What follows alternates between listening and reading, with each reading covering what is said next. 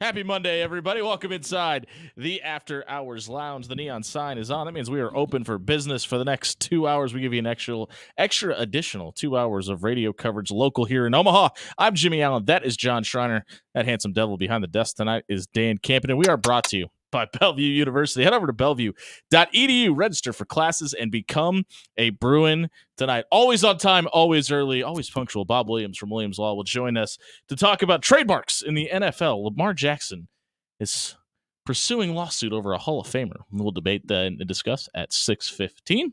That comes to us courtesy of Dan Campen, by the way.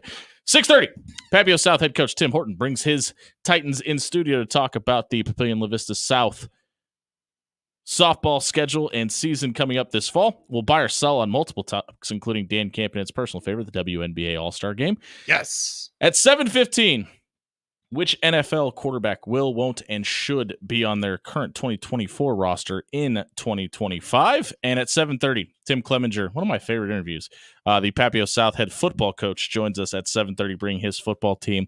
We'll have a packed house tonight. There will be 5 Papillion La Vista South football players in studio. That's what happens when you book a guest and you forget to tell him there's a limit on how many players he can bring in. But that's all right, Coach. We'll let you bring your Titans in. We'll talk about Papio South football. Your phone call is welcome tonight, 402-951-1620, or you can get it at the show at After Hours 1620 on Twitter as well. As is custom, on the eve of Big Ten Media Days, Cleveland.com releases their Big Ten preseason polls, traditionally divided up into divisions. Obviously, divisions no more, so this list is just 1 through 18. Last year, Nebraska on this list was ranked 5th in the Big Ten, or the Big Ten West, which would put them somewhere between the 9 to 11 range in the conference. This year, they come in at 8. The order is as follows: Ohio State, Oregon, Penn State, Michigan, Iowa, USC, Wisconsin, your beloved Huskers, Rutgers, Washington, Maryland, Minnesota, and then rounded out by Illinois, Northwestern, UCLA, Michigan State, Indiana, Purdue. Are you surprised that Illinois, UCLA, when we talk about moving from conferences into another one and the drop-off and adjustment, et cetera, does it surprise you that UCLA is 15th on this list? Because, listen, they won 8 games a year ago. And it wasn't the Pac-12, but the Pac-12 is a lot better than people really thought it was going to be last season. Arguably the third, if not second best conference in the country last year. Yeah, that's kind of the one that sticks out to me as being a little low. I mean, but not a lot. Like, I wouldn't jump them up 5 spots, I don't think. Like, maybe 12. Maybe 11. Honestly, with what Washington lost, and I'm talking head coach and talent, and what UCLA added, and I think there's going to be a drop-off from Chip Kelly, but I think their defense is going to be vastly improved. I think I might switch Washington and UCLA on this list. I think Washington is going to have 15th, though. I think they're going to have a really rough go. I think they're going to have the toughest time adjusting to the Big Ten, not only because of the travel and the adjustment in conferences, but they're replacing Michael Penix Jr. in 3 top 2-round so NFL. You don't think Washington makes a bowl game? I think they go 5-7. I have them just missing out. I think they're going to be okay, but I don't think they're going to be Purdue levels of bad. And I think they're Purdue and Indiana are in the right spot, 17th and 18th respectively on this list. But I find them having, and I think Northwestern should be higher too. I think Northwestern, what they were last year, is what they're going to be, and I could see them winning 7-8 games again this season. Yeah, I think Rutgers is too high. Rutgers at 9. I don't like that team. I don't think that they're going to be very good. I think they're going to be extremely vanilla and fairly easy to stop. That defense is going to be really good, though. Maybe. Should be. All signs point to it should be good. I don't know. I thought Rutgers was too high. I thought UCLA was a skosh too low. I love that word, by the way. And everything else is kind of, yeah, I can get on board. I actually think Indiana is going to be the worst team in the league. I think you could flip a coin and you could convince me either them or Purdue. I think they're going to be equally as bad. Iowa's really interesting, obviously, with the addition of Tim Lester as the new offensive coordinator. 20 total offensive touchdowns in 14 games last season. In the last 15 years of power conference football, there's been 1,904 offensive seasons. Only 8 teams have had worse numbers in that 1,904 than Iowa. Their average record, 1.5 wins, by the way. Yeah. Somehow Iowa did it and won 10 games a year ago.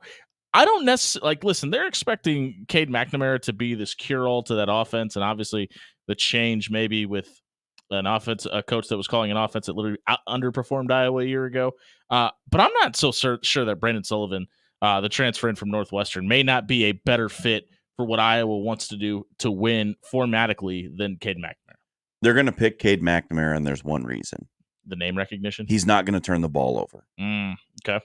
He's not going to be exciting. He's not going to be Mr. Big Play, but he's also not going to he's not going to throw interceptions because he's not going to put the ball in danger because he's not a risk taker at quarterback. And if you've watched any of Iowa football in the last 20 years, that's the safest thing to do. When they have that quarterback, they're okay. When they have the quarterback who doesn't put the ball in danger, doesn't throw it to the other team, they're fine. As long as they're completing passes in a forward direction, like, they'll be all right. And he's the guy that's going to do that. They're going to choose Cade McNamara.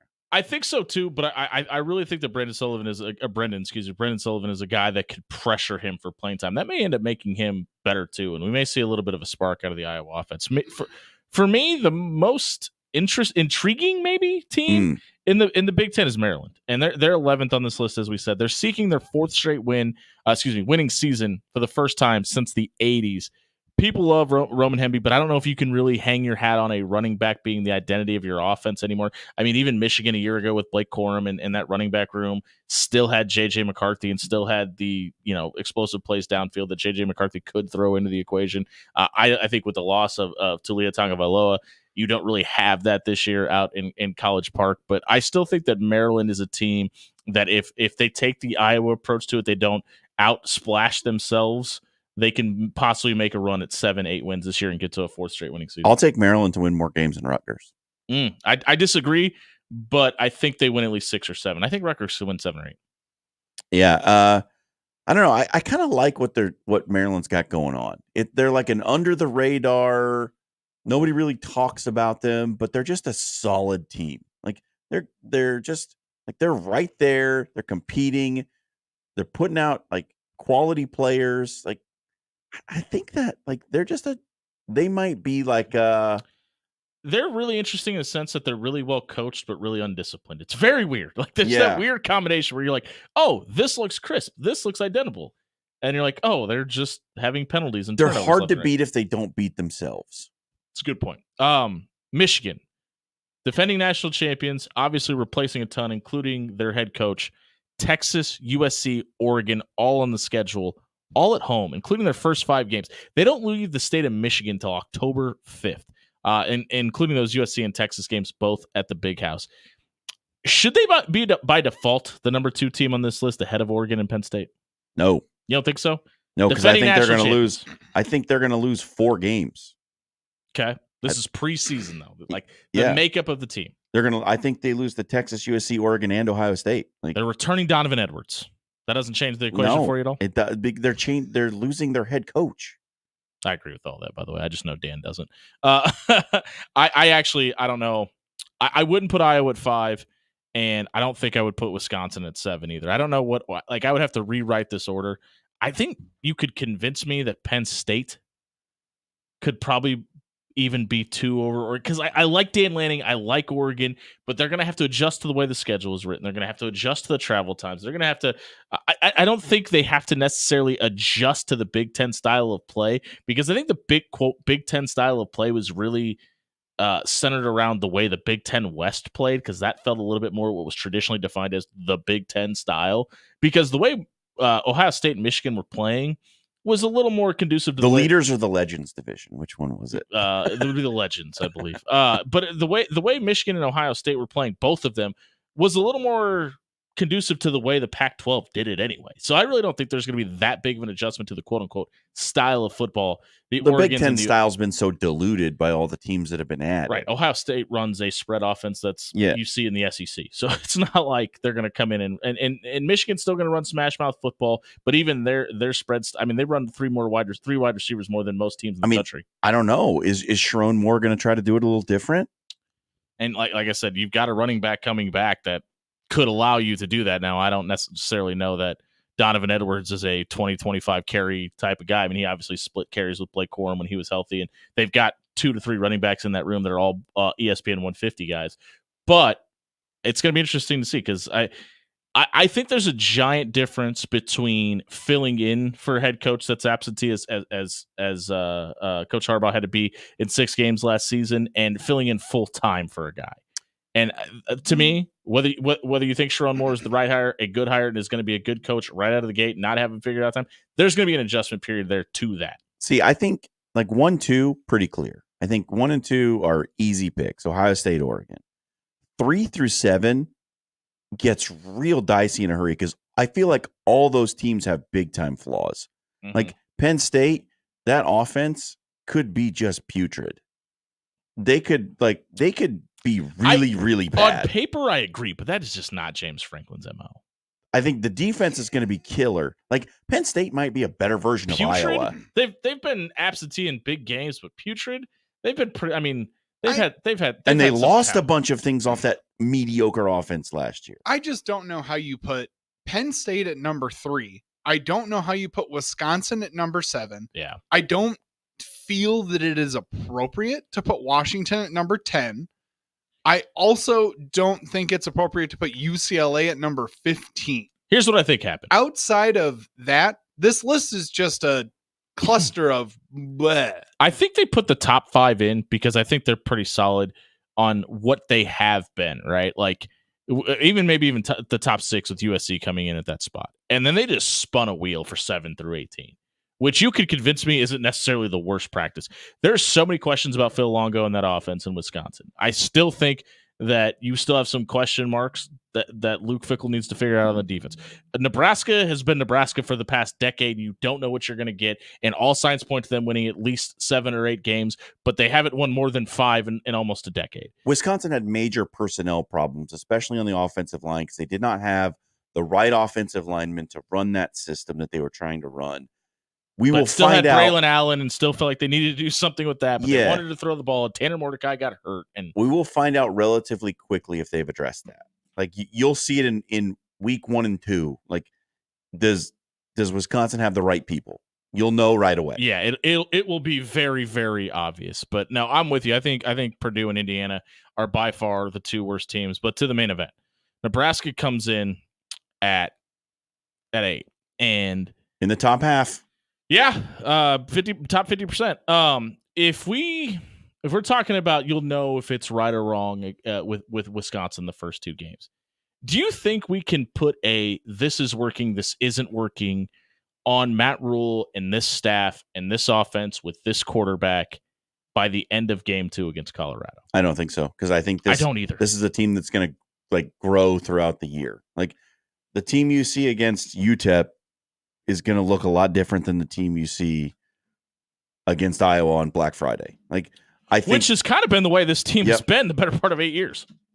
But I just feel like with a freshman quarterback, like the team in September is going to be different than the team in October. Like it's going to if it goes right, it should get better.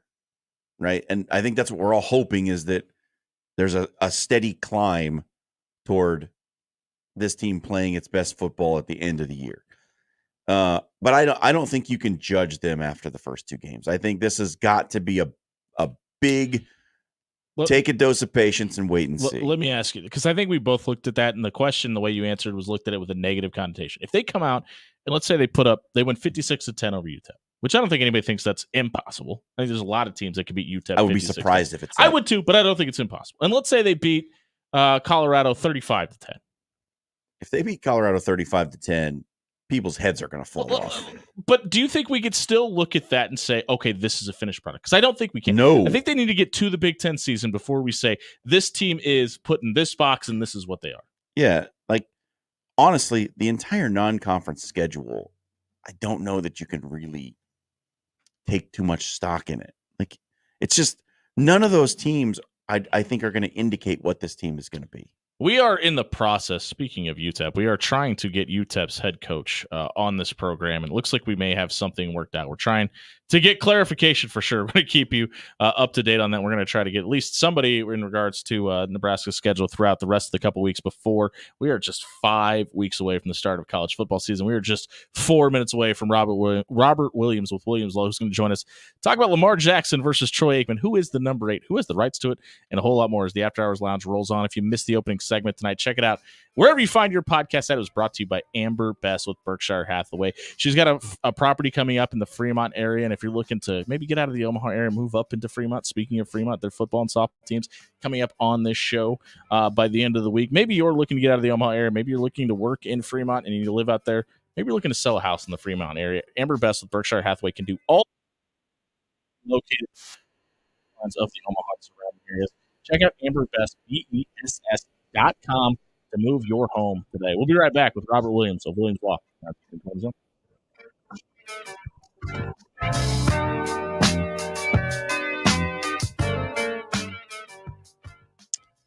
Hey, everybody. John Schreiner here for Jerry Ryan Clothing and Sportswear. You know, we were just talking about the preseason poll in the Big Ten. Big Ten Media Day kicks off this week. Before you know it, school will be back in session. We'll be talking about fall camp, the depth chart conversations.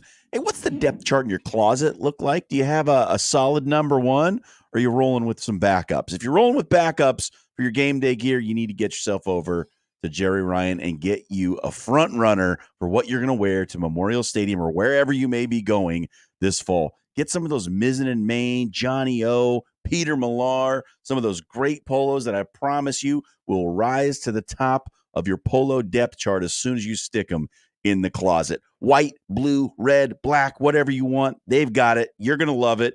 Go to 78th and Dodge. Check out Jerry Ryan. Tell him After Hours sent you. Jerry Ryan Clothing and Sportswear, dressing Omaha for 50 years.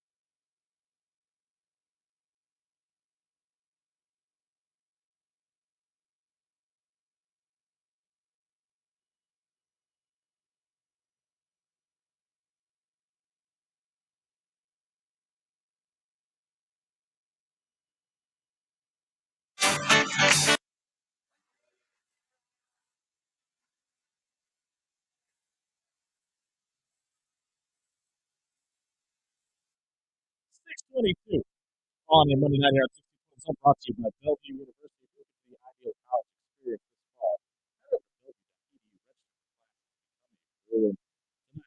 One of our favorite segments. I like sports law of the week. And Dan, I'm making a requirement that that's the intro from now on. Where Bob Williams on the After Hours Lounge talk about things going on in the sporting world, people filing suits, claims, whatever it may be. And tonight it's quarterback on quarterback crime. Lamar Jackson is disputing current owner of said rights, Troy Aikman's ownership of all capital letters, the letter 8 spelled out, which Troy Aikman owns the rights because of the beer that he owns, eight beers, which is all capital letters for the trademark. And Bob Williams, thank you for joining us tonight. Yeah, thanks for having me back in, guys. Thanks for not being in a different country this week. Let's talk about Lamar's claim, because obviously this has been a trademark for almost a decade now that Troy's had this trademark. Do you think he has legs to stand on? This isn't a reference to his injury last year, but legitimately in this lawsuit to file a claim and try to get this trademark either removed or to his possession? Okay, so to set the stage for the listeners here, we're talking about a federal trademark filed on a national scale in the United States. So you've got state trademarks, which can be filed within a state, which only regulate the use of that imagery or trademark within that state. You've got federal ones that are on a national level in the United States. And you can actually file international trademarks too, and there's certain companies that can do that for you that cover a number of different countries and territories. Now, again, we're talking about a federal trademark here.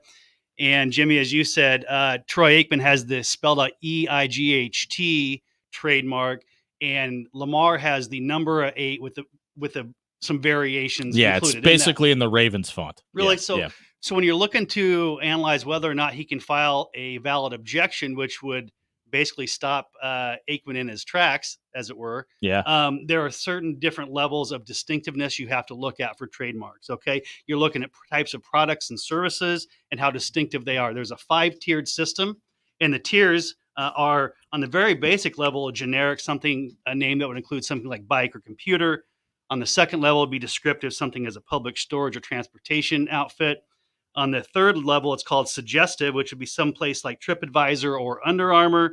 On the fourth tier, you have companies that are called arbitrary, such as Amazon and Apple. And on the very highest protection level, they're called, get this, fanciful is the term of art used. Of course it is. And that's companies like Adidas and Nike. So while they may give a trademark to Lamar for this, his protection probably lies in the level 2 or 3 height of protection. And the lower that level is, the less likely his objection will be to follow through and block the use by Aikman and his company. Speaking about trademarks, I'm just recently LeBron and Taco Bell went after Taco Tuesday. You remember the commercials, Yeah. right? Taco John's owned the trademark on Taco Tuesday. Nobody else was allowed to use it. And they were like, hey, we think everybody should be able to say Taco Tuesday. We want to use this too. And it ultimately, like, I think Taco John's just said, like, we don't want to spend money defending this thing. We're not going to fight it. Like, go ahead and use it.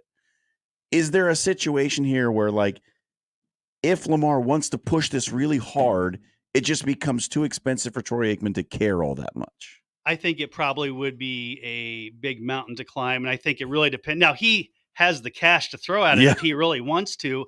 And an aside I should probably give you is these two could come to some type of arrangement amongst their own companies on how they brand and where they can coexist, where they market through, where they sell their items. Because Troy Aikman has applied to use these beyond his beer on some merchandise, bags, T-shirts, golf shirts, and stuff like that. But I think that he would be throwing a lot of money, Lamar that is, at something that's just going to fall flat. In my opinion. He just got a ton of it in that contract. Well, I have to ask the question I don't think anybody's asked yet. Is it stupid that people can trademark a number? I don't think it's stupid, but you're probably looking at a scenario where if you were to do a search of the U.S. Patent and Trade Office for numbers that include the number 8 or trademarks that include the number 8, you're probably going to find hundreds, if not thousands, that meet which that is mark. why Aikman did the entire capital letter system. Right. Yeah. Right. Far more unique, correct? I mean, would you not agree? Yeah. Yeah. It's one of those things, and you mentioned that, I believe, before we went on air, but Troy Aikman sent out the tweet that said, hey, maybe we can discuss this over a couple of 8 with the capital letters beers. Maybe Steve Young can attribute as well, because obviously another famous number 8. Would it surprise you if this got to litigation and copyright court and not settled over maybe a couple discussions by a couple guys that are from the same fraternity? I wouldn't be surprised if there was actually if there's not already been a formal filing made in federal district court. And it just depends how long they want to drag this out, because there has to be a lot of evidence produced to take in there and arguments made. And we're talking months and months and maybe even years. Half a year worth of arguments and hundreds of thousands of dollars in attorney's fees for just throwing mud at the wall. I mean, if he's talking a 50-50 shot, which is what I would put it at for him, and maybe not even that high, I don't think the juice would be worth the squeeze for Lamar. The thing I'm wondering here, kind of in regard to all of this, is in your opinion, is Lamar getting the correct legal advice in this situation? Because it seems kind of silly to me. The whole thing seems like you didn't need to do all this. Like, nobody probably would have complained if he had just ran with his thing, right? I'm wondering about why are his lawyers telling him to pursue this? Well, what we don't know is how many attorneys he talked to before he found somebody that said, yes, I'm willing to take your money and you may have some viability here. Yeah. And when you're talking about trademarks related to a professional athlete or celebrity, there's hubris and ego involved that we here sitting in this studio cannot possibly fathom or understand. Rich people squabble. Right. Throw money at something that does not need money thrown at it. Yeah. So no, I think that he's probably not getting the best advice, but it's a non-zero chance he could win something here. And if he's willing to throw $500,000 at it, I guess go for it. And Aikman will have to pony up some money to defend that. Take your lawyer hat off for a minute. Put your judge's hat on. Who do you think wins? Without knowing exactly what evidence would be adduced. So, the depends answer, which is the crappy attorney answer. Yeah. I think this is an Aikman W. I do too. That is Bob Williams. And if you want a W in the courtroom, head over to Williams Law LLC tonight. Have Bob and his team represent you tonight, whether it be criminal, civil, personal. If you like what you heard there and you want a no obligation free legal consultation, you can do it by heading over to Williams Law LLC. Work with Bob and his team. Learn your rights, as he just explained. Our good friend Lamar Jackson's to us tonight. He can do the same for you. Again, whether it be criminal, civil, or personal, work with Bob and his crew at Williams Law. We'll talk to you next week. I'm sure somebody will have a lawsuit in the sporting world, and we'll have your crack case on it as well. Hey, Jerry Jones is in a paternity suit now. You guys, you see this? I was Don't call me Jerry, please. I was going to say, we talked about paternity last week. I was going to save that one and put it on the back. This can just be the paternity segment. That's right. Guys. Work with Bob at Williams Law LLC tonight. We'll be right back with the Papillion La Vista South softball coach Tom Horton and his players here on 1620 The Zone.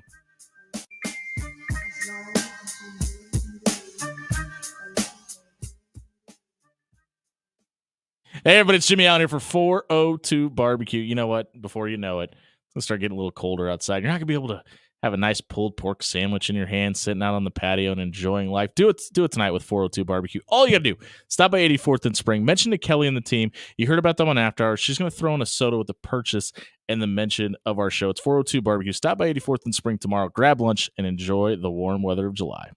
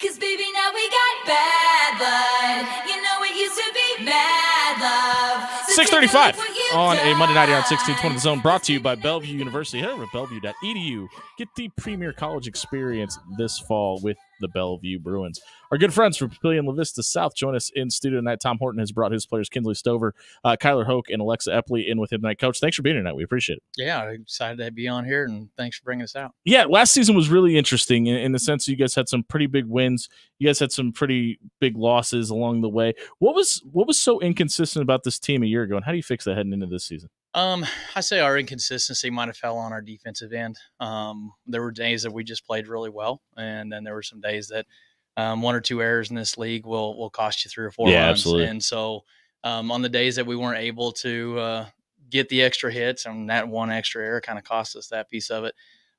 Moving forward to this season, I would say the biggest thing we've got is we got 11 returners coming back. We got 6 starters coming back. That consistency. We started a lot of sophomores and freshmen last year. Mm-hmm. So they were getting their first feet wet there in the varsity realm and everything, and playing the game at that speed. So we're excited about that piece of it, and then coming back for a second year.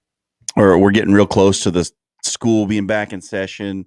The season's going to start, practice, all that routine, kind of outside of the routine. What's the off season been like for you? How do you go and reset during the off season? Gosh, a reset, everybody tries to find a vacation or go to the lake or whatever, right? But honestly, I mean, we've been training since June 3rd. They lift every morning at 6 a.m. and they put the time and effort in. And we've got our skill work and team camps like everybody else. And they've been playing on their club teams and just preparing for what their next season is going to look like. We talk all the time, the difference between the club season and the high school season is the fact that ours is just a lot more intense, and the fact that we play roughly 36 games in 8 weeks. We go 6 days a week. You don't really get any time off. And so that's what our summer is preparing us for, is to be able to hit that grind all the way through the August. It kind of feels like club season is getting longer. There's always more and more camps. Everybody's doing something. It feels like every community is getting some new organization popping up in it every 5 minutes. Do you find it hard to schedule off-season stuff in the summer for that reason? It is, and we've had a lot of conversations, especially this summer. It's probably started about 2, maybe 3 years ago, about adaptations that we needed to make. Mm-hmm. We haven't done anything different yet. But I will tell you, this summer specifically, like, we're seeing kids going and they're leaving on Tuesday nights and Wednesdays and not coming home until Sundays. And, and they're showing up for weights on Monday, but Sure. they're dragging. Yeah. And so something's going to have to give at some point to make sure that they can train and be effective, but also get some downtime to let their bodies heal up. Yeah, I was going to say, any fear of burnout when you start seeing that? We do. In fact, I was just talking to a coach the other day. One of the most exciting seasons for us was actually coming out of COVID. Because everybody was fresh. They had a really short summer season. Most of them got to play like 3 tournaments or something like that. And they showed up in August just ready to go and excited. And I remember our very first practice, I was like, I've never seen this. Where's this come from? Yeah. So, it's a concern of ours for sure. And so it's something that we'll have to continue to play with. Yeah. You guys got that fantastic new weight room facility last year, I believe it was 2 years ago. Crack journalism here. What can that sort of facility do from a softball standpoint? It's a phenomenal facility. We can't thank our boosters enough for helping us out with that. It has allowed us to be able to train, obviously, year round. It's allowed us to do some different stuff, especially plyos and agility stuff that we can do inside that we couldn't do before.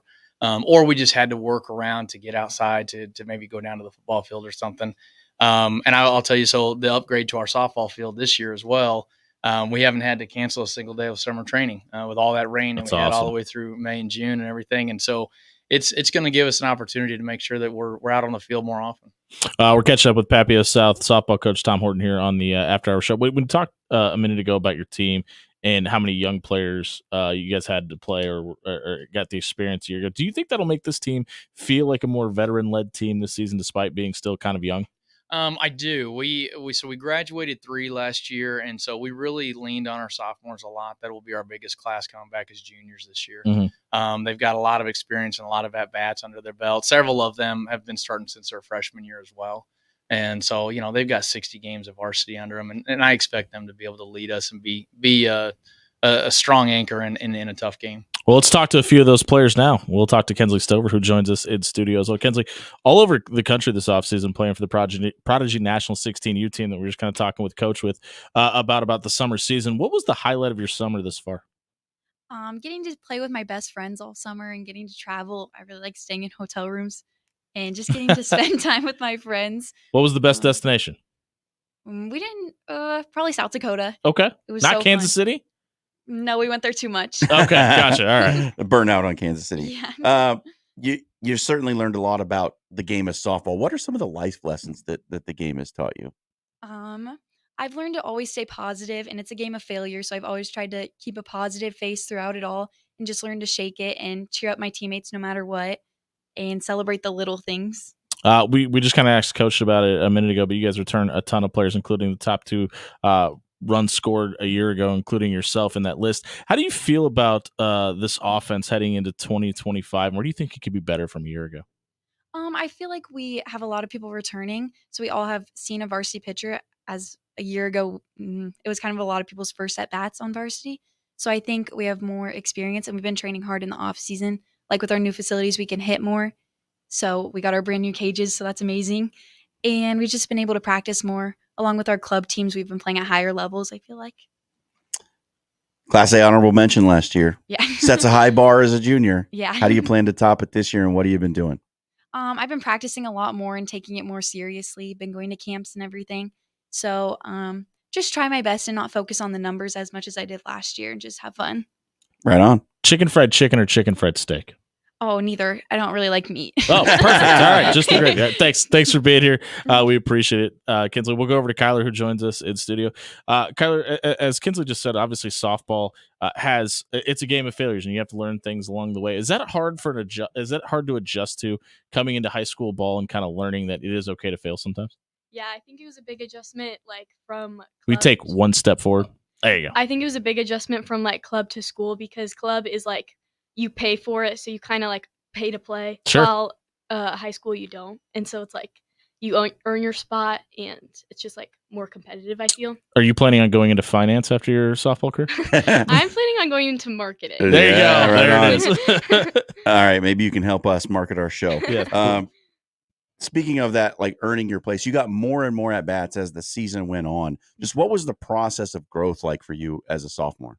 I was swinging from JV to varsity my sophomore year, and I took advantage of an opportunity given by a injury on the team, and I think I just kind of ran with it and proved my spot. You're involved in softball and DECA and several other things around the school. What are some of the things that you want to participate in at Papio South before you're done, and when do you have free time? I don't. Yeah. There is no free time.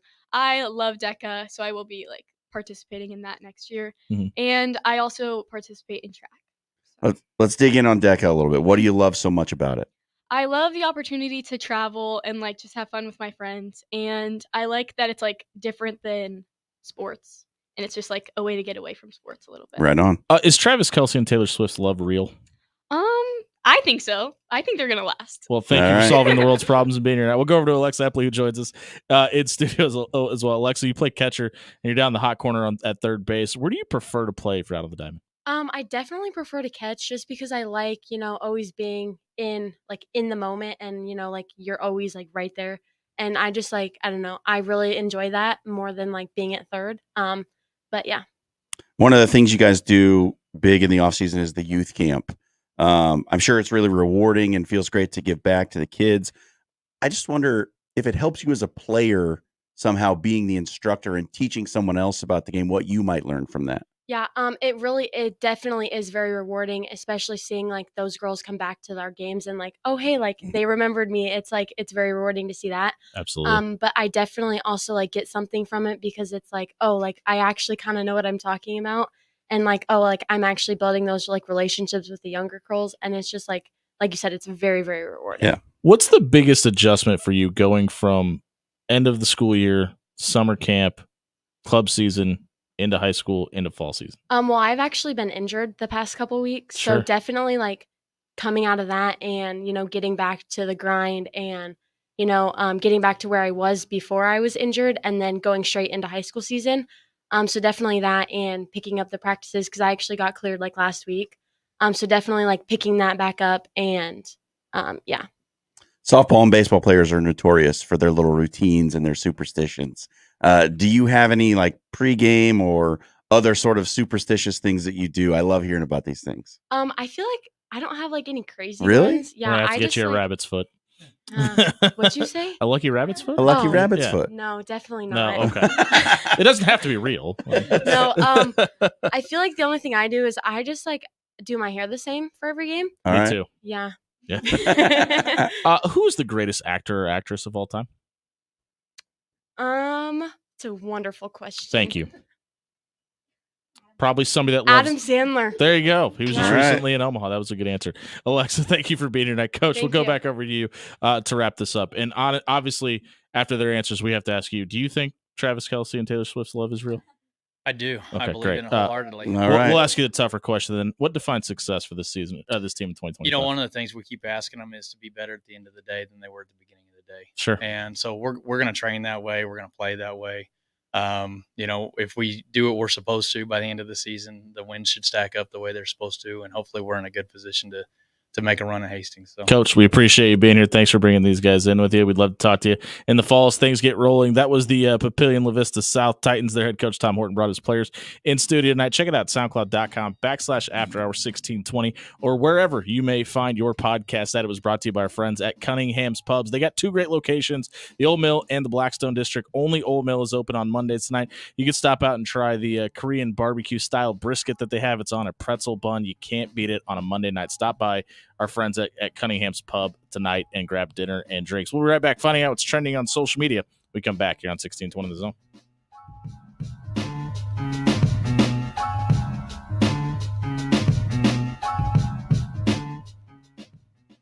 Hey, everybody, it's Jimmy Allen here for Forsman's Finest Decks. Maybe your house isn't the talking point of the neighborhood like it used to be. Do you want to add that something to your house to just enjoy the finer things in life? You can do so by heading over to forsmansfinest.com tonight. Have Travis and crew come out, build you a deck, put a cover on it, add that something that your house has been missing. Head over to forsmansfinest.com and have your dream deck built this summer. Forsman's Finest Decks, building the finest decks in Omaha.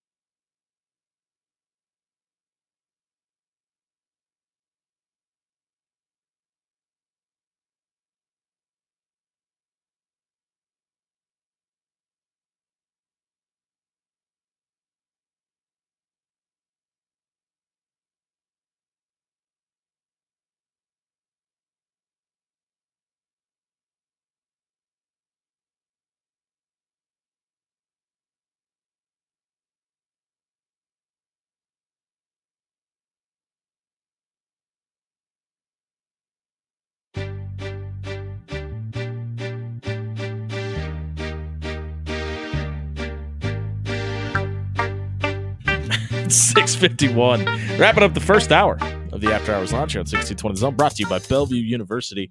If you don't want to go to classes on Friday and you're of college age, we got a deal for you. Head over to bellevue.edu. Register for classes, and just for going there, because the After Hours Lounge told you, you don't have to go to classes on Friday. And even if you don't, tell them the After Hours Lounge sent you, you still get Fridays off at Bellevue University. It's time to catch up with our guy, your guy, their guy, everybody's guy, Dan Kippen. Dandy Dan, Disco Danny Dynamite. DJ Dojo Dan, live on the airwaves. Love it. Thank you. Welcome in. Thanks for being Tonight, we're spinning all the hits, Nothing including... but the hits. Nothing but the hits.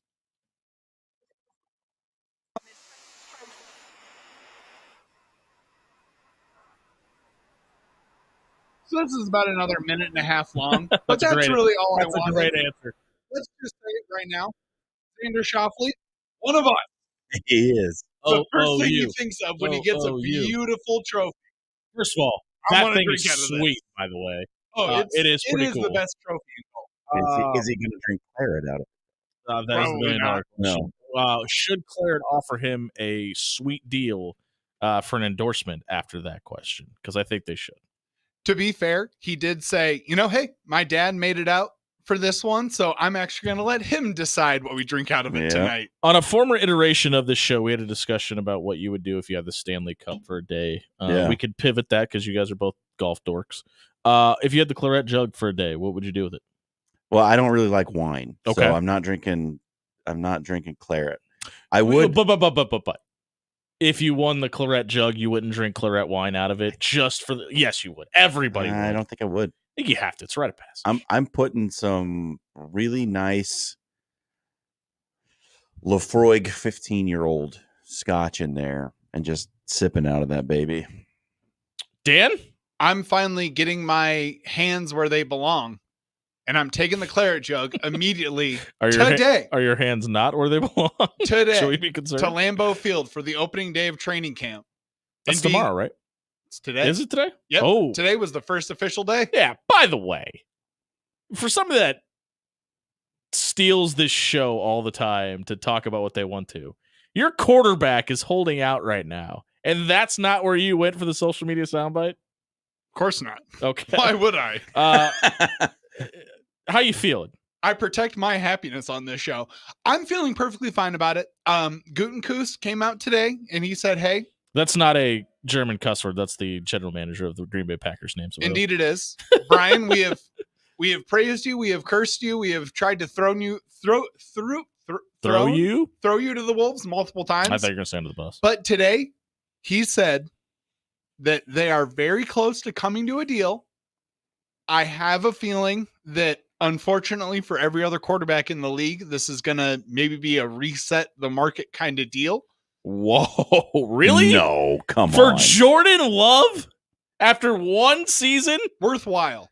I, a 30-year-old man, have never once seen the Green Bay Packers put out a trash quarterback. That's true. Think That's about a good point. that. I mean, well, my whole entire life has been old dad Brett Favre, weird hippie Aaron Rodgers, and now cool, slick young guy Jordan Love.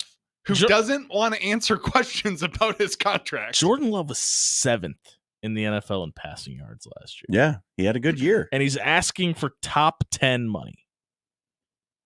He deserves it. You just said he was 7th. I know. He was 7th in passing yards. But where did he finish in completion percentage? Pretty darn high. No, he was 20th. The Packers... Perfectly fine. The Packers have this thing that they do where they have a good quarterback, and then not quite at the end of that good quarterback's career, they draft a guy that pisses off their good quarterback, and he sits behind the good quarterback for 2 years. The good quarterback finally gets fed up and leaves, and the next guy starts after having sat for 2 years. That is the model for Green Bay. You want to know why Jordan Love's going to get paid? Infamously, I want to run the ball as much as I can, Matt LaFleur's offense. He threw for 32 touchdowns and 11 interceptions. You want to guess where 32 touchdowns would put you on touchdown amount of touchdowns in a season in the NFL last year on the list? Top 15, top 10, top 7. Hold on. Just take a guess. Probably 4th. Well, I had an actual number here that he threw 32 touchdowns. Quoted in one of my will wants or shoulds. It would probably put him within the top 10 at least. It would put you number 2. Number 2? Anybody would say guess who number 1 was? Probably Patrick Mahomes. Nope. Tua? Dakota Prescott. And we're going to talk about both of those guys at the 7:15 segment tonight. That was the social media soundbite. If you missed it, check it out wherever you find your podcasts at. It was brought to you by Pixel Fire Marketing. If your business needs help with social media marketing, maybe like Bob Williams, who was just in here a little bit ago and said, I need to get with Dan DeSivia crew and figure out how to market on more social media platforms. You can do that with our friend Dan and crew out at pixelfiremarketing.com. They're right here in Omaha, over off 132nd and Center. They could work with you locally. They can do it over the phone, over Zoom calls, whatever fits your schedule. Dan and his crew can tell you how they're going to ignite your brand online, formulate a plan about how they can get you more business and deliver and prove it to you. Check out pixelfiremarketing.com for more details today. We'll be right back. Buying or selling on the WNBA All-Star Game, 1620 The Zone.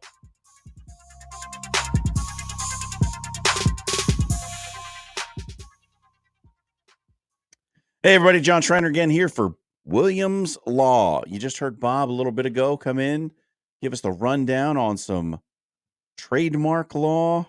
How about this? Bob can help you no matter what your legal troubles are. If you've been wrongfully accused, if you're facing any kind of charges, DUI, son's got in trouble, hanging out with the wrong crowd, whatever it is, you heard Bob just a little bit ago. He is in tune with whatever your legal issue may be. Give him a call, 402-522-6317, and he will get you the answers that you are looking for. He's going to give you the free, no obligation consultation, get those questions answered, walk you through the process, and tell you what to expect. Give him a call, 402-522-6317, or check out WilliamsLawLLC.com tonight.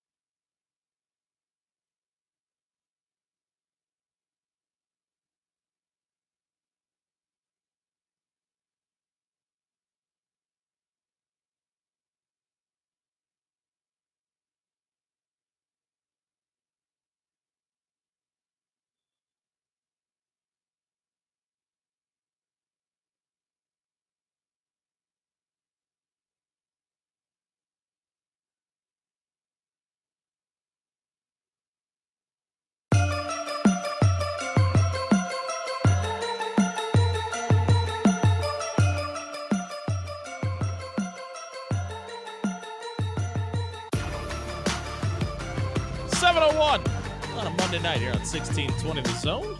Brought to you by our friends at Pyramid Contractors. You don't become the number one roofer in Omaha for 13 consecutive years by accident. Head over to pyramidroof.com where you never have to settle for less than get a free estimate on your roof, windows, gutter, siding. They do it all at Pyramid Contractors. Check them out tonight, pyramidroof.com.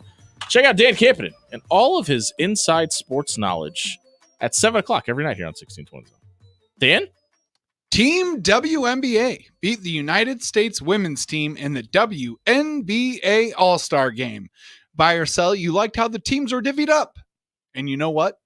I have some takes. I love this approach. So they took all the players that are playing for Team USA in the Olympics to take on the non-Olympians, which featured some famous rookies. You may have heard of them. In the WNBA All-Star Game. I love this approach. Obviously, you can only do it once every 4 years or 2 years, depending on when the national teams are playing in the Olympics or in national events. But I like this approach. I thought it was cool. I don't think it's a problem at all that the women of the WNBA beat the national team. I still think the United States women absolutely bring home gold in a landslide. Yeah, but I love the approach. I mean, it's an All-Star game, and you know my feelings about All-Star games. So very famously love them. Yeah, I guess it's a good idea to divide them a little differently, like do something different, try to generate some interest in a game that doesn't matter. Yeah, whatever you want to do, fine. I'm not going to pay attention. I watched this whole thing. So did I. It was great, by the way. Go ahead, Dan. I'll let you get your thoughts in. Yeah, this was just this was a perfect way to do an All-Star game, especially leading into the Olympics, because it did serve a little bit as a tune-up game against probably, maybe slightly, I wouldn't say head and shoulders above, but maybe head above what they're probably going to see within the actual competition of the Olympics. Because that has been, the narrative this whole time is, why would you leave off Caitlin Clark? Why would you leave off Angel Reese? Why would you leave off all of this young talent? I think it was better for both of them not to play, by the way. But go ahead. Yes, for a fact, it was better for them not to play because the hype and the kind of enormity of the whole event would have been a little bit too much. And then you would have had a lot of probably veterans who should have made it, who would have actually raised a much bigger stink than some of these other folks would have. But there were a lot of notable names that a lot of folks thought, we could sub out some of this older talent for some of this younger talent that we actually have. So it wasn't just the Clark and Reese effect that we were getting. It was a lot of different things, but Clark and Reese and all those younger bits of talent that they had and were head and shoulders above them last night. We haven't mentioned that everybody in the WNBA is about to get a massive pay raise, by the way. They just signed a $2.2 billion TV deal, TV rights deal as well. So congratulations to the ladies of the WNBA. Yeah. Dan? Moving on to question number 2, ACC Commissioner Jim Phillips said Monday that the league would fight lawsuits from Clemson and Florida State. Buy or sell, you guys are surprised that the ACC is not going quietly. Oh, I'm selling. I'm not surprised at all. I would be amazed if they were just willing to die a slow death and just walk away from it all. I mean, what do you expect them to do? They're going to try to win this lawsuit. I think they have grounds to stand on, too. I mean, both of those schools agreed to long-term extensions with the conference. So I don't think the ACC is going anywhere anytime soon. And I don't think Clemson and Florida State are either. No. The conference has an obligation to its membership to keep itself operating. This isn't the Pac-12 where they just roll over and die. These are like schools that have a vested interest in keeping the association that they have. And yes, Florida State and Clemson are malcontents and they're going to cause trouble and they're going to be a thorn in the side of the conference at every turn. But the opposite side of that coin is lose them and your whole thing falls apart. So they've got to keep them in the fold as much as they can. Does the addition of SMU and the West Coast schools help at all if you lose Florida State and Clemson? I think it does to some degree-ish, because it's new brands, it's new blood, there's new lifeline, et cetera, et cetera, et cetera. Because it is Stanford, it is Cal. There are some recognizable brands. They're not Florida State and they're not Clemson, but I think there's something there. I don't know if it's necessarily if we lose these two, we're dead. Because I think that's how we looked at the Big 12 with Oklahoma and Texas, and it looks like they're going to be fine. Yeah, the difference is like that's a region of the Big 12 is in a region of the country that is football crazy. Well, they're in many regions, but yeah. I agree. Well, but it's fairly concentrated in the Texas and Southwest region. Like, and if you have schools in Texas and the Midwest, you're going to be fine as far as TV audiences. The ACC, like, it's about football viewership, man. And like a lot of those schools are primarily basketball schools. If you lose two of your biggest football brands, like your TV deal is going to suffer. That's a good point. Yes, I agree. But like we say that, but we're also a week removed from talking about how the Big Ten and the SEC aren't necessarily pursuing Florida State because it's not the TV market that they want. Like, you know what I mean? It's one of those things. It's not because it's not the TV market that they want. It's that it's not going to generate enough extra revenue to warrant adding them and slicing the pie down. Like everyone else is going to have to take a pay cut to add them. That's ultimately what would happen.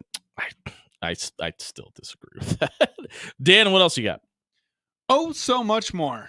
After T. Higgins Watch decided to peter on out, the Cincinnati Bengals president, Mike Brown, indicated that there may not be a deal on the table anytime soon for Ja'Marr Chase. Buy or sell that Joe Burrow needs to get out of Dodge now. If they don't find a way to keep one of these two guys in-house, he better go with them. I know he just got that big extension, a ton of money. There will be 30 other teams around the NFL that are probably willing to clamor for Joe Burrow. Yes, absolutely. He needs to find a way to get out of there. But this is what Cincinnati does, man. They just spend money. Historically ever, yeah. They don't pay their free agents. They just don't. They let them walk. They go other places. And you have Ja'Marr Chase, who, like, arguably top 2 or 3 receiver in the league. You can make the argument for number 1, in my opinion. You could. That's a guy you can't let walk. Like, they don't see him in any hurt. No, and maybe they don't. It's like they don't really care all that much. Here's the thing: this is a little bit of Mike Brown's job to posture a little bit, and him and Haw and say, "Well, gee golly, there's so many wide receivers out there that love to come play with Joe Burrow. And have you seen our quarterback? And we got to a Super Bowl. And you remember Joe Burrow's rookie year without Ja'Marr Chase before he got hurt? It was good. It wasn't this good. They needed." In my opinion, you got to find a way to keep both of them, Ja'Marr Chase and T. Higgins. I don't know if that's necessarily a possibility, but you just let Joe Mixon walk out the door. And now your top 2 wide receivers are one's on a franchise tag deal, and it looks like you're trying to do the other. And I'll tell you this about Ja'Marr Chase. He's not playing under a franchise tag. He will sit out and jet ski and go to Argentina for a day or whatever he wants to do. And because there's no way you could franchise tag one of the top 3 players in his position. You can't. If he becomes a free agent, he's number 1 in the league money. Like, someone's going to pay him the richest wide receiver contract of all time, and he deserves it. By the way, yeah, he's worth it. That's a guy that, honestly, you just cannot let that guy walk out. I don't know. I mean, I understand what they're doing. Like, it's all smoke and mirrors, and you're trying to gain leverage over the situation, but. Man, even threatening that sounds insane. Yeah, this is a guy that, I mean, literally became his own personal meme. I mean, Jamar's down there somewhere, right? Like, yep. And it's with merit. Like, he's that good where you can just put it in the vicinity and go get him. Oh, and by the way, you got this magic combination where the guy that's getting it to him can just do that, have him run under it, and go get it. So yeah, I think you absolutely have to pay Ja'Marr Chase. Dan?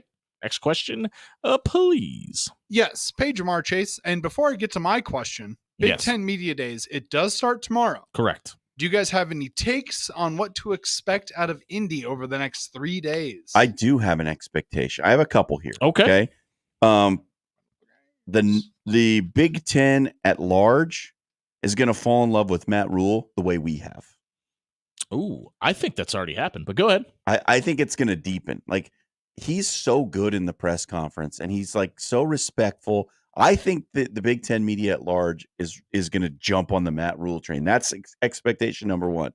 Number 2 is I think the Big Ten media at large is going to jump off the Curt Cignetti train at Indiana. Okay. This is a guy who has the ability to ruffle some feathers and rub people the wrong way.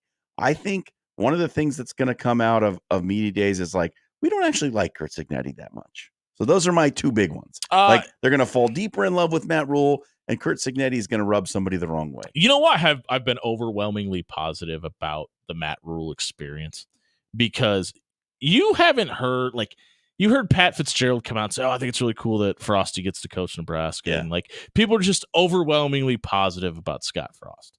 Nobody's talking about Matt Rhule. Yeah. And I think that's because there's a little bit of worry about what's being built down in Lincoln. Now, I've obviously been very bullish on what I think this season can be, but I think a lot of people around the not only the country, but the conference are looking over at what's going on in Lincoln and going, "Oof, we don't want to let that get rolling."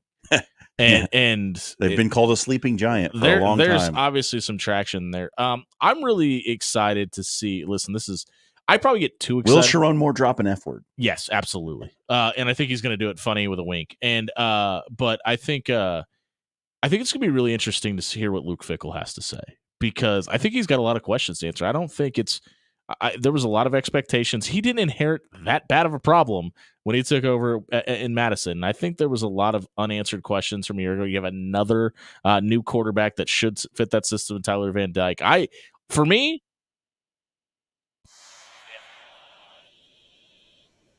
I mean, it is. Just mostly what Matt Rhule has to say, because, he came in guns a-blazing last year and was like, this is a team that needs to win 6 games. And he kind of put that expectation on the program. So it'll be interesting to see how much, how little he gives away to, kind of just see what he has in store for the media this year. What's your last question, Dan? Well, this was actually going to be a question in the last segment, but it's perfect because we didn't get to it. Okay. So, according to NBC and the hardest working man in showbiz, Mike Tirico, shout out to the fact that he went from Royal Troon and will be in Paris and probably is there right now. I love Mike Tirico, by the way. This is the first time in 42 years that an American has won all 4 of the majors. Schauffele, Scheffler, Bryson DeChambeau. Buy or sell that this is a good look going into Ryder Cup season? It's a good look for the Americans. It's not a good look for the Europeans. I mean, this is a good chance for the U.S. to get some revenge, man. Jimmy, did we just find out that John roots for Europe in international golf competition? He is of Europe at times. I said it's a good look for the Americans. Take this to the bank right now. Can't quite poke John as well as I like to sometimes. Give me the Americans in the Ryder Cup in 2025. Take that to the bank. If you missed Buy or Sell tonight, check it out at SoundCloud.com/AfterHours1620. It was brought to you by Pepper Jack's Grill. Where are you right now? Are you listening to the sound of our voice in the city of Omaha? If you are, you know what that means? That means you're near a Pepper Jack's Grill. There's 10 great locations. Stop by, grab yourself a steak rice bowl tonight. I throw grilled onions, mushrooms, green peppers on the top of mine. You can make yours however you want. That's the great thing about Pepper Jack's. No order is the same as the last. Stop by one of their 10 great locations now. You can get a rice bowl, a Philly. If you're trying to be healthy, they have salad options. They've got barbecue. They've got teriyaki. They've got everything you could want tonight. Check out Pepper Jack's Grill, one of their 10 great locations throughout the Omaha area, and grab dinner tonight. We'll be right back. Finding out which quarterbacks will, won't, and should be on the same roster 365 days from today in the NFL.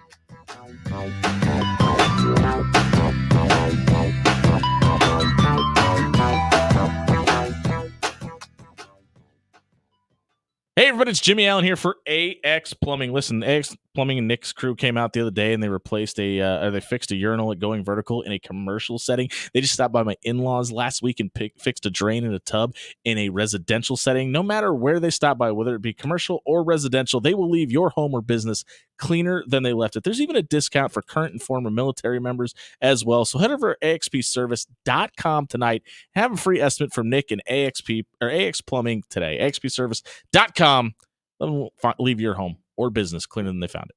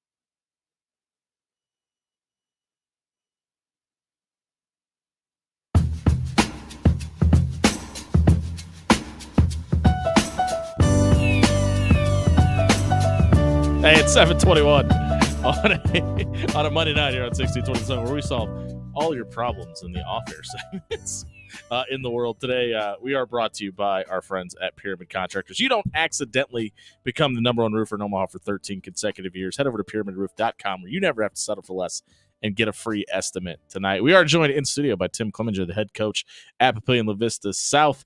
He's brought Casey Popish, Jordan Harris, Derek Jones, Aiden Whitted. I get that right? Whitted? Yep, thanks. And Ben Schaefer in with him tonight. Guys, thanks for being here.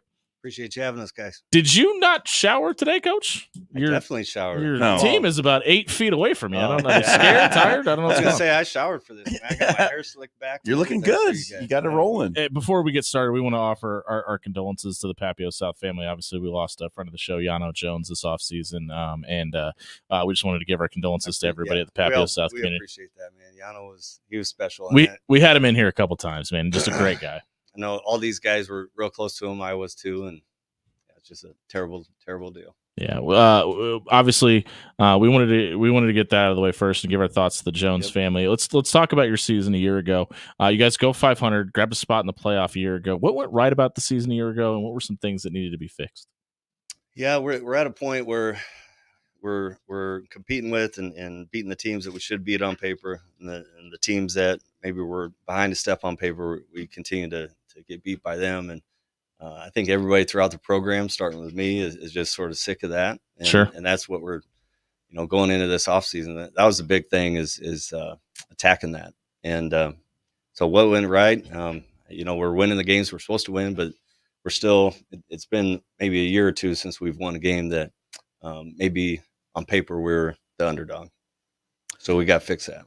Having followed you as a coach for the past handful of years, I know that you put a big emphasis on being physical and running the football and being that kind of team.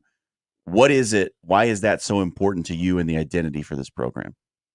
That's a great question. I think first and foremost, it sounds simple, but we're just trying to get first downs. And I think a lot of the times our personnel sort of lends it to that. Yeah. There's going to be some years where we don't have that, and we might have to throw the ball a little bit more. But I think, just deep down, I have more of a defensive background, and I know stopping the run is really, really important. So maybe subconsciously that plays into that too. So getting those first downs, grinding it out, moving the chains, really however we do it, I don't really care. But running the ball is pretty safe way to do it. School's been open for 21 years now, and it still kind of has that new car smell to it a little bit. Does it feel that way within the community, and does it feel as established as maybe it should after 21 years? That's an interesting question. I don't know. Maybe you'd have to ask people around the community. Sure. For you, I mean, when you get a freshman coming in or you're out talking to 8th graders, does it feel like, hey, we got to know about the school because it's newer? Or is it so ingrained in the community now? That is a good question. I think, number one, our custodians and our district does a good job of just keeping it bright and shiny and absolutely well kept. But number two, we are sort of removed from the metro. We're super far south. You got to sort of know where you're going if you're going to get there. So maybe it isn't as well traveled as maybe. I don't know, man. It's kind of hard to miss it from 370. It sticks out pretty well. If you're down there for sure. Sure. Yeah, you guys had those facilities upgrades a couple of years ago, especially the weight room. Talked to Tom Horton about it. What have you seen different since you got that incredible weight room and those facilities? Space, obviously, and instead of being right on top of each other, we could spread out. More kids could lift. They could do it safer. That was a big thing. In our old weight room, we had and still do have 21 racks in there. And once you get the football team, the baseball team, the volleyball team, all these kids in there, I mean, the bars were 2 inches from kids' heads, and it was not safe. So we do have ROTC at our school, and that was a big reason how and why we got that extra space. And so because of that, we were able to get that space, and then we asked our district if we could furnish it how we wanted, and they said yeah. So that's how we got the extra racks and stuff in there. You're losing a ton of production on both sides of the ball from a year ago. Who are some of the guys who got a lot of playing time last year that's going to benefit this team this year? A couple of them are going to talk here in a minute, but we really invest in our lower levels. And I don't know, some people might roll their eyes about JV and freshmen and stuff, but I think our JV went 7-1 last year or something, and almost went 8-0, and our freshmen did too. So a lot of those guys are going to step up. It's hard to win football games. I don't care what level it's at. Yeah, absolutely. And if you see our schedule at the lower levels, we play everybody in the Metro. So super excited about all those guys stepping up, starting with these guys here. And how much involvement do you have at the lower levels, and even like with the junior Titans and below that? How invested are you in the process and developing those younger kids? I would say pretty significant, and that's who I am, and that's, I don't know, it just makes sense to me. It wouldn't matter if I was at Papio South or, I don't know, in the middle of Nebraska. I think it starts with the kids coming up, and for so many reasons, you got to know who's coming up. They got to see you there. I think just being on the sideline and encouraging them on those Saturday mornings and Monday nights, I think it goes a long way with them, their parents, but then it also gives us as coaches vision of who's coming up. Well, by your description of the school, you'd think you're out in Kearney or something. Coach, thanks for being here tonight, bringing the guys with you. We're going to talk to Casey Popish, who joins us in studio as well. Casey, for you, you pulled the trigger early in the summer and decided to commit to Northern Illinois back in March. How big of a deal was it for you to get your commitment out of the way sooner rather than later? It's a great feeling heading into your senior season, already knowing where you're going to play college ball and having that. You can pull that thing all the way up, man. It goes all the way up there. You're fine. Yeah, there you go. Is it staying? Should. Dan, you broke the microphone. All right. Yeah, if you can just hold it, that'll work too. All right, there you go. Yeah, going into my senior season, having that spot locked is a very comforting feeling, and I can really focus on my team success for my senior season. Yeah. As Jimmy said, you commit to Northern Illinois. I asked another player about this last week who had visited out there. There's been a lot of Nebraska kids who've gone to DeKalb, Illinois, and then had really nice careers. Was there anything that stuck out to you about that community, the school, that really attracted not only you, but a lot of kids from this area? They have a really down-to-earth coaching staff. They really kept it real with me throughout the recruiting process. And then their motto, the hard way, they really do live that, and I really like that of doing things the right way and the hard way, not taking shortcuts. Two-way player at Papio South, whether it be defense or playing tight end, you're going to play tight end at the next level. Any part are you going to miss playing down in the dirt and playing the defense? I will. Playing defense is definitely fun. I've done it my whole life, so I definitely will miss that. And, I'm just a competitor. Just being on the field in general is what I want to be. So all right. I will miss defense. Simple question. As a tight end, pancake block to spring the running back for a tight end, or you moss the defender for a touchdown in the back of the end zone? Ooh, that's a tough one. I'll have to go with the glory of the moss. Yeah, that's right. No better feeling, but having a pancake on a run, you don't really get any glory, but for yourself, you know what you did. It's a great feeling also. Yep. What's a better color, red or blue, and why?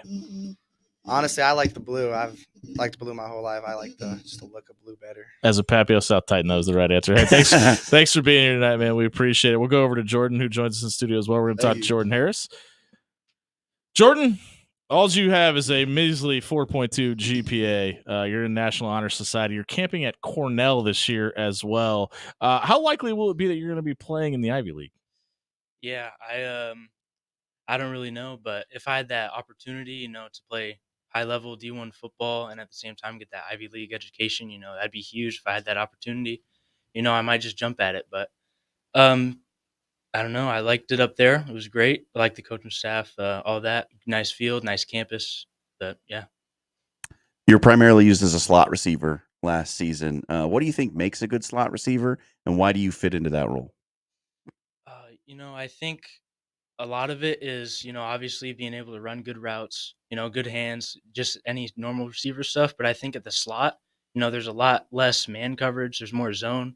And you just gotta understand the defense, how zones, where that linebacker, if he's right in front of you at 5 yards, where's he going to drift during the play? And just kind of understand the defense. And timing's also huge in the slot. If you're running shorter routes, having good timing with the quarterback is very important. So you're saying being smart helps? I would say, yeah. I think it definitely helps. Well, it's a widely known fact, and decades of studies have shown this, that wide receivers are always open. If you have a favorite route, or if a play gets called and it's a certain route that you're going to win, what is it? I like to say that I want to win all the routes that I run, but sure.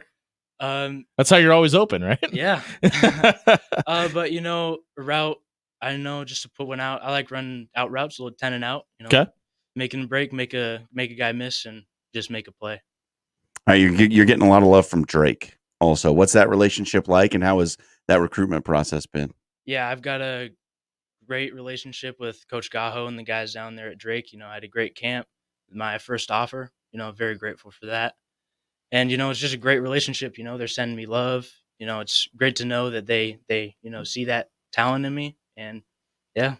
We hear from the recruiting services a lot, like, well, they were in on this guy first. How important is it that they were the first ones to kind of target you? It means a lot to me because, I didn't have anything going into the season really. I had a little, probably minute 30 highlight tape. And it just means a lot to me that they trust me and they understand and they saw my abilities and they just think that I could help their program. When you're having discussions with the Drakes and the Cornells or whoever, whether it be Nebraska or Notre Dame or whatever, how often does your GPA get brought up? We mentioned it's a 4.2. Is that something that schools bring up in those kind of conversations? Mm-hmm. Obviously, Cornell, Ivy League. So yeah, for sure. Grades are a big deal for sure. But at Drake, they definitely made it clear. They said they were the Ivy League of the Midwest, they said. So they obviously care about it. They care about it a lot. And I appreciate that, because I know academics is a big part of college. It's not just football. It's also the academic piece. Who's the greatest musician of all time? Well, there's a lot of rap out there. I've been listening to a lot of jazz recently. Okay. You know what I'm saying? We had that guy, Frank Sinatra. Big fan of Frank. Pretty good at what he did. Sure. All right. All right. We'll accept it. We'll accept Frank Sinatra. All right, Jordan. Thanks for being here tonight, man. We appreciate it. Thanks for having me. We'll go over to Derek. Derek Jones joins us in studio as well. Derek, you lined up all over the field last year when you were healthy, and you were able to make a splash in different areas. Is that the same plan this year? Yeah, I think they'll tend to use me all over the board this year, and everything. Any particular position you like to play more than the other? Well, running back's my number one position. Sure. Been playing it since I was kindergarten all the way up. Still playing it to this year. All right, you missed 4 games with the ankle injury last year. Unfortunately, on our Cox broadcast, we didn't get to see very much of you. I was very excited to see you play, by the way. But what did you learn while you were forced to sit on the sidelines? I mean, sitting on the sidelines, the field opens up more. You see cuts that you wouldn't see in a game, and you kind of just watch the game from a different perspective of it. And I learned that I had another running back that was there for me, and he just stepped up, next man up. You run track, you play football. Is there anything that you haven't done at Papio South that you'd like to do before your time's up as a Titan? Well, I used to play basketball. I was thinking about coming back my senior year. Don't call it a comeback. Any particular reason? Kind of just missed the game? Missed the game, yeah. Sure. Yeah, right on. In what ways do you want to be better than you were a season ago? And what are you doing to try and achieve those goals? I mean, I'm just trying to stay healthy, I've been training all off season with my ankle, just strengthening it up. And I'd like to do better with the cuts. Just been training every day after football. Go to the field, get the footwork in. Well, those cuts were pretty nasty, my man, last year. So if you make that better, it's going to be exciting. If you had the chance for a day, would you rather be a tiger or a turtle, and why? Probably a tiger. Tigers like to strike fast, strike hard. There you go. All right. Derek, thanks for being here, man. We appreciate it. We'll go over to Aiden, who joins us in the studio. Aiden Witt is with us as well. Aiden, for you, Morningside, Kearney, Peru State have all come calling. What's the recruiting process been like, and where are you at in your decision up until this point? Yeah, it's been pretty fun just going to camps and kind of seeing all the places I can. And I really don't have like a number one that I'm looking at. I'm trying to just weighing the pros and cons, seeing what's best for me, really. What's been the biggest development focus for you this offseason? I would say just getting stronger, getting faster, just everything that would help on the field, really, getting better technique, just helping it all. Is there anything about your game that these schools have said that they like or they want to see you improve on? I think just improving really on everything. I mean, I think I feel like I have a pretty solid game, but just improving it always. It's always the number one thing to do. And I think the coaching at Papio South has also helped a lot. Coach Wesson, mainly being an O-line coach, has helped me grow as a person. Did Coach Clemenger say he'll make you run less if you say that on air? No. This is a program that sends a lot of guys to the next level. Papio South every year has got 2-3 guys that are going to that FCS D1 level. Just for you, how important is it to get that recognition and show yourself and get to that next level? I mean, I'm not too big on recognition. I mean, being a lineman, you don't really get the recognition anyways, but that's why we have you here tonight. But no, I think just playing the game that I love and being able to move on to the next level and playing is a blessing. This is your last year in a Titan uniform. What do you want to accomplish before you leave Papio South? Definitely want to win some playoff games. That's definitely the number one goal, and hopefully the district championship. What is the best post-game meal? Oh, I don't know. Probably Good Life with the boys after hard-fought games. Sure. There you go. Aiden, thanks for being here tonight, man. We appreciate it. Good luck this fall. We'll head over to Ben. Ben Schaefer joins us in studio. Famously, no G in your last name, Ben. Any pressure being last in this list? A little bit. I got to finish it off strong. So. A 4.4 GPA, a state championship in powerlifting. You get it done on the football field as well. What do you want to do after sports? I'm not sure. I'm kind of looking at some business aspect or maybe strength and conditioning. Okay. I like being in the weight room a lot. So you've played a bunch of different positions on defense in your time at Papio South. Which one is your favorite and which one are you the best at? Maybe they're the same. That's a hard question. You know what? I've been playing middle linebacker these past couple months, and I got to say it's pretty fun. You get to hit dudes, you get to see the whole field, and that's probably my favorite, and I think I'm pretty good at it too. So you hit the camp circuit pretty hard this summer. What was your best experience? Probably my Nebraska camp I went to. I just competed very well at it, and did Coach Dvorak yell at you? He just kind of does that. You know what? I think he did. We did some individual drills and stuff, and it's just kind of how he talks. Yeah. When you set out on this recruiting process, was there an offer out there that you were hoping to get, and where are you in that process? Well, Wyoming talked to me after that Nebraska camp about a possible offer and stuff, and they wanted to see me play safety at their camp, and I was not able to attend it because I had strained my toe and I could barely walk. So, do you want to share that story on air? No. Okay, perfect. What do you want to accomplish in your last year at Papio South? I think just pushing my teammates, and winning playoff games. So. If you could move Papio South somewhere in the state other than Highway 370, where would it be? There is a right answer to this. There's a right answer. I don't know. 370 is a pretty good spot. That's the right answer. All right. There you go. Ben, thanks for being here. You win. Coach, we'll go back to you to kind of wrap this thing up here, guys. We'll let Coach slide by here. And again, we're catching up with Tim Clevenger and the Papio South football team here on 1620 The Zone. Coach, you guys made it state a year ago. How do you make it back and make a bigger splash this season? Well, it starts with staying healthy, like what Derek said. It always starts there. We've been blessed with some years where we've made some runs and we stayed healthy, and there's been some crazy years where we haven't, and it's ended pretty early. So that's number one. Number two, our district. That's non-district games are really, really important for seeding purposes and stuff, but it starts with our district, and that's where we're focused.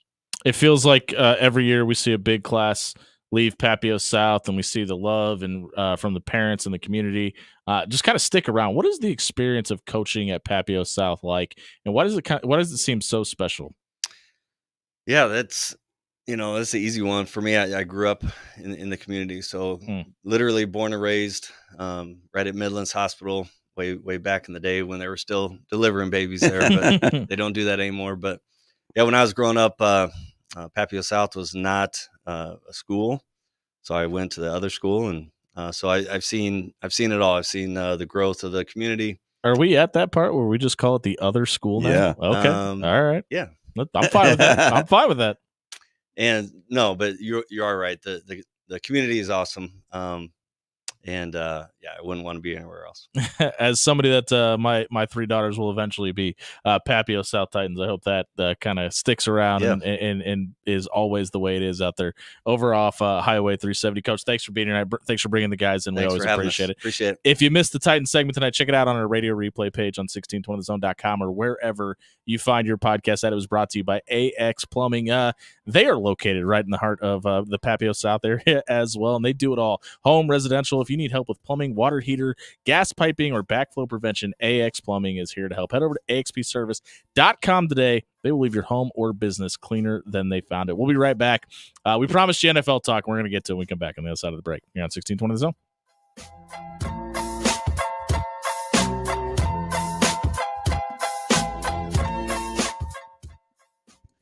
Hey, everybody, it's John here for Cunningham's Pub and Grill. You know, this last weekend, I had 3 of my friends from my time in the Marine Corps come to visit. We all hung out for the weekend. You know where I took them on Friday night for wings? Cunningham's Pub and Grill. And one of them from Chicago, one from Pennsylvania, one from Northern Michigan. They all agreed with me, the best wings they have ever had in their entire life. You got to go to Cunningham's and try the smoked wings. The blueberry sriracha will blow your mind. The classic buffalo, it's not like any buffalo you've ever had before. It's delicious, it's tremendous, and it's got a little kick to it. You got to get over there and try any of the delicious food at Cunningham's Pub and Grill. They've got a tap takeover with Cross Strain going on right now. You love the Fairy Nectar. You love all the things that Cross Strain's doing. You can get that on tap at one of Cunningham's 2 great locations, either in Old Mill or in Blackstone. You got to stop out tonight, grab yourself some food and drinks.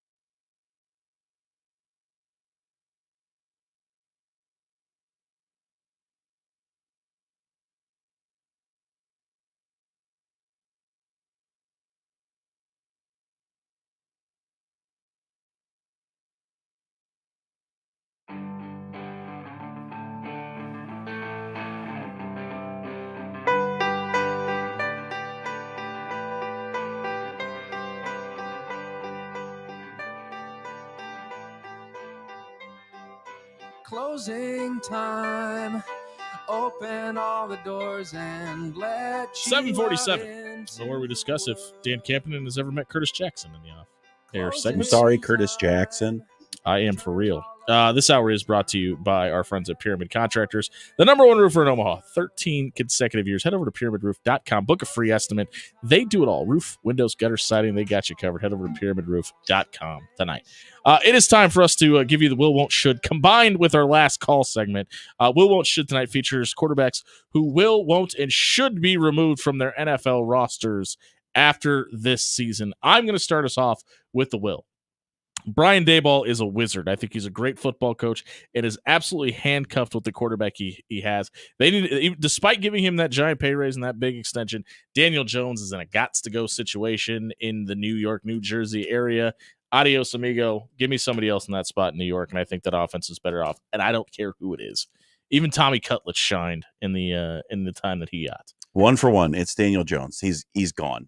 There's no chance that they're bringing him back. This team is a shell of an NFL team. Mm-hmm. They have a chance to be the absolute worst team in the league this year. And I don't see how you can start a rebuild without starting at the quarterback position, because this team is well into a rebuild, and next year he's out of there. Dan? My will. Oh, 1 second. A little hot. My will does not line up with your guys' at all, because mine is one Mr. Chef Russell Wilson. Agreed. Up in Pittsburgh. And while he showed marginal improvement last year, it just doesn't, I don't think a new team, a new system is going to be enough for the chef to truly cook. I think we're going to see Justin Fields by game number 5. And I really just think in this case, it comes down to head coach and locker room fit. Mike Tomlin has never really shown that he gets along with corny dudes. Yeah, exactly. With corny dudes all that well. And I think Justin Fields, while being slightly happy, slightly corny, he's the lesser of two evils, is very much a more focused individual. And I think his transition to a new team and a new system will turn out a little bit better than Mr. Russell Wilson's. I said this in Denver. Serviceable backup. I thought Russell Wilson and Sean Payton were square peg, round hole as far as fit together. Whatever that is turned up to 55 is Mike Tomlin in Russell Wilson. It has to be a Pete Carroll type of person to coach Russell Wilson. In that sense, I think you mean also a corny dude. Yeah. Yeah, and Mike Tomlin, who's a little bit loosey-goosey and doesn't really take it all that serious. And let's be fair. When you're in a meeting with Mike Tomlin and Russell Wilson, how much eye rolling can Russell Wilson take? Yeah. Because Mike Tomlin will not be shy with that. You think Mike Tomlin's rolling his eyes? I think I'll tell him to STFU. Yeah. Who won't be cut off their roster is a guy I referenced earlier in the show, and it's Dak Prescott. Led the league in touchdowns. The Cowboys' postseason woes are not just on him. I think it's a team problem. I think it's a you're waiting for the boogeyman to come out from underneath the bed problem. I think they're scared of their own shadow when it comes to the postseason. That's not Dak Prescott's issue, and I think that gets solved this season. I think the Cowboys win a playoff game, and I think it keeps Dak in Dallas, even if they don't. I agree with you. I think Dak is the won't candidate here, and for none other reason than Jerry Jones does not get rid of players when he should. True. He doesn't get rid of the guy who is marketable and who can sell tickets, even though he may not be the right fit. Jerry Jones, to a fault, is loyal to players far longer than he probably should be. Self-admittedly sometimes too. Yeah, and he's not dumping Dak Prescott. He's just not going to do it. If he didn't do it with Tony Romo, if you're a Cowboys fan and you want a change at quarterback, sorry, it's not going to happen. Dak is staying. Guess what, boys? We're 3 for 3. 3 for 3. Because not only did he have the highest amount of touchdowns in the NFL last year, it was also a career high in completions and completion percentage for him. And even though on this side, it is always Fudge Dallas, it would take a literal Herculean effort of terrible football for Jerry Jones and that staff to let him go.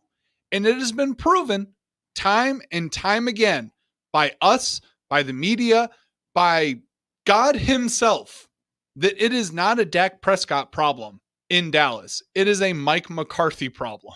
Yeah, we all know agree it. with that. I'm surprised that Jerry Jones doesn't know it, apparently, because he just keeps giving this guy another chance after another chance after another chance. There's a better scheme to put Dak in that offense into, and Mike McCarthy just will not open up his cold, dead, shriveled heart to let it happen. Who should? Roasted. Who should? You want me to go? Oh, Gardner Minshew. I know he's not on this article that we quoted from Yahoo Sports, but I just don't have faith. Minshew magic. Just don't have faith in him as an NFL starter. It was a toss up between him and Derek Carr, who I think will be the Saints starter. That just doesn't seem like a fit to me either. I think one of those guys, if not both, probably should not be on the same roster next year. I must ask you a question. Yes. No. I just want to say I must ask you a question. That's all. Who should be cut? Speaking of corny dudes, Aaron Rodgers should be cut from the Jets. Reason number one, I don't like him, and I would like to see him get cut. Reason number two, he's a distraction. Like, all the stories about the Jets involve Aaron Rodgers doing something ridiculous and stupid. Like, that's all we hear about. He's a distraction. They got to get this guy out of there. Dan? John? I agree with you 100% Right because on. Aaron Rodgers needs to go. I think the Jets need to move on from their quarterback. They need to move on from their head coach. They need to move on from their owner. They need to move on from the city of New York. Maybe the Jets just don't need to be a franchise anymore. But on a serious note, I think Aaron Rodgers has all of the old ball players still inside of him somewhere, and it would be great to see it again. But like you already alluded to, John, he's just become a distraction. I don't like it. It's ridiculous now. Every single interview that he does becomes headline news because he says something absolutely bonkers, even in a normal setting with people that he knows that he can razz a little bit and that he doesn't have to talk very seriously about sports with. He was just on PMT. And I know how we all feel about Barstool Sports and PMT, but I watched the whole interview. It just does not seem like his mind is on the football field anymore.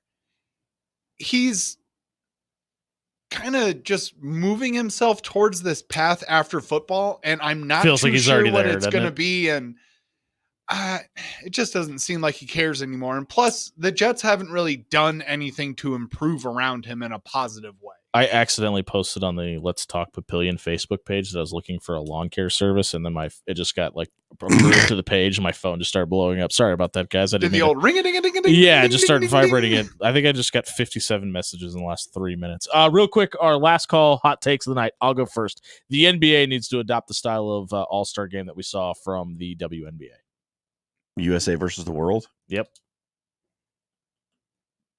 So the world All-Stars against the American All-Stars? I like it. Yep. The And world's going to win that. And then in the year that's the Olympics, you do the NBA players versus Team USA. But they're Which not. essentially would be the NBA. It would be the All-Stars versus the world. I don't know that it works, though, because there are a lot of foreign-born players in the WNBA who are All-Stars. And which team do you put them on? No, you let them play on the world. And then you get everybody else to be Team USA. I like it. I like it better than Team Giannis versus Team LeBron and that stupid stuff. Oh, and the picking? Yeah. Dan? Kind of weird. Hot take? My hot take of the night actually sticks within the Olympic basketball realm. Boys, I know these are just tune-up games, and I know that we're just trying to work some of the quote-unquote rust off from, some of that postseason run that some of you guys just had, but if we're having LeBron save every single game, we're not going to be in good shape to go out and beat the world. Yeah, speaking This of is which. a year to bring home gold for your country. Get it right, get it tight.